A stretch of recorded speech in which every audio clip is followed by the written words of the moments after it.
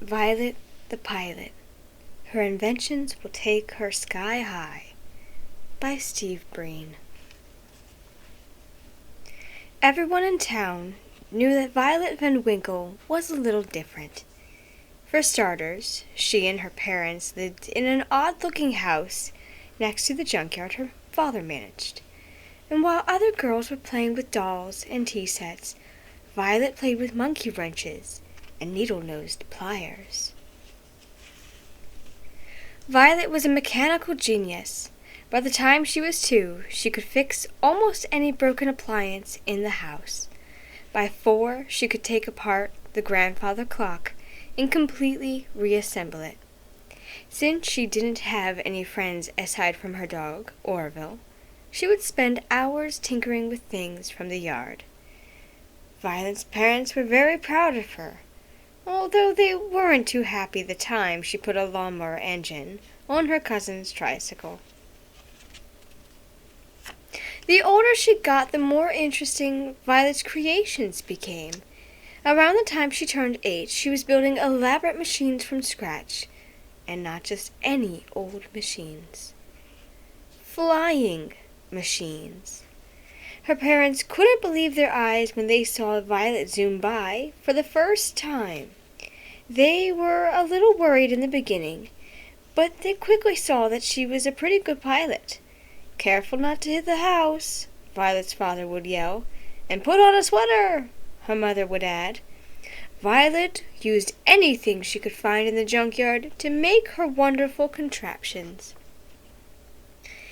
There was the tub bubbler, and the bicycopter, and the rain can, the pogo plane, the slide glider, and the wingamajig, to name just a few. Violet's engineering was pretty sound. The only real hazards were tall trees, piles of junk in the yards, and bugs in her teeth. Ugh. Kids at school would see Violet eating lunch alone and make fun of her strange books and greasy overalls. Clyde and Claude Mulrooney were especially obnoxious. Then one day, Violet noticed a poster on the drugstore window. "Air Show, October 20th, it read. "That's only 2 weeks away," Violet thought. "Can the kids fly in the show? Is this homemade aircraft allowed?"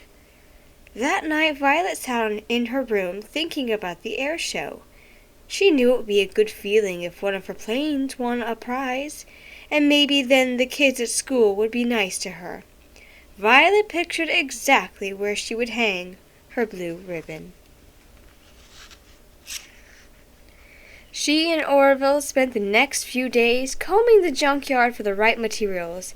When they had collected a giant pile of stuff, the building began. One day the Mulrooney twins happened to pass by. "Look, it's that girl from school," one of them said. "What are you doing, weirdo?"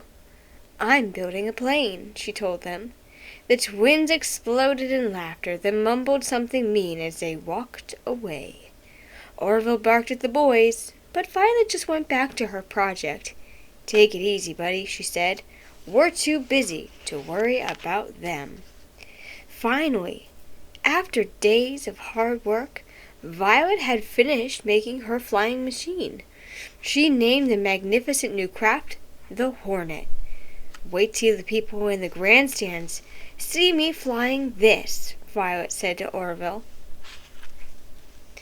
The test flight was a success.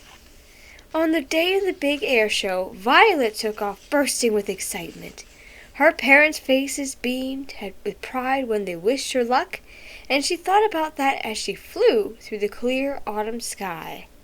She calculated that the trip would take about 20 minutes, and she would arrive just in time for the start of the show.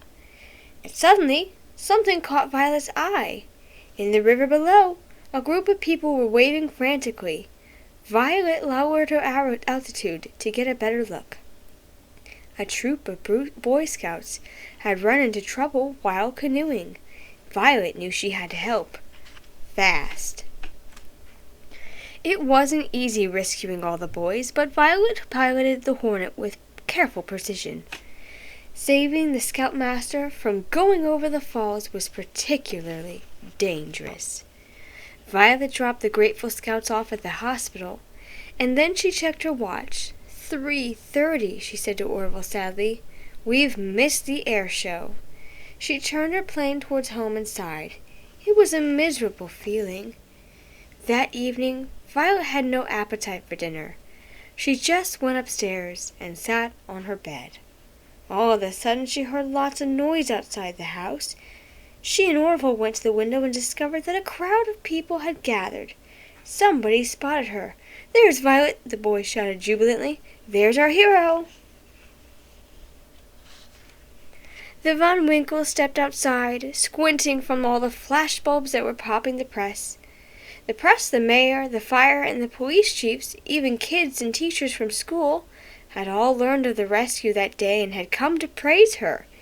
Young lady, please accept this Medal of Valor as a token of our gratitude and esteem, said the mayor, as he gave Orville a new collar with a license that read Canine Hero.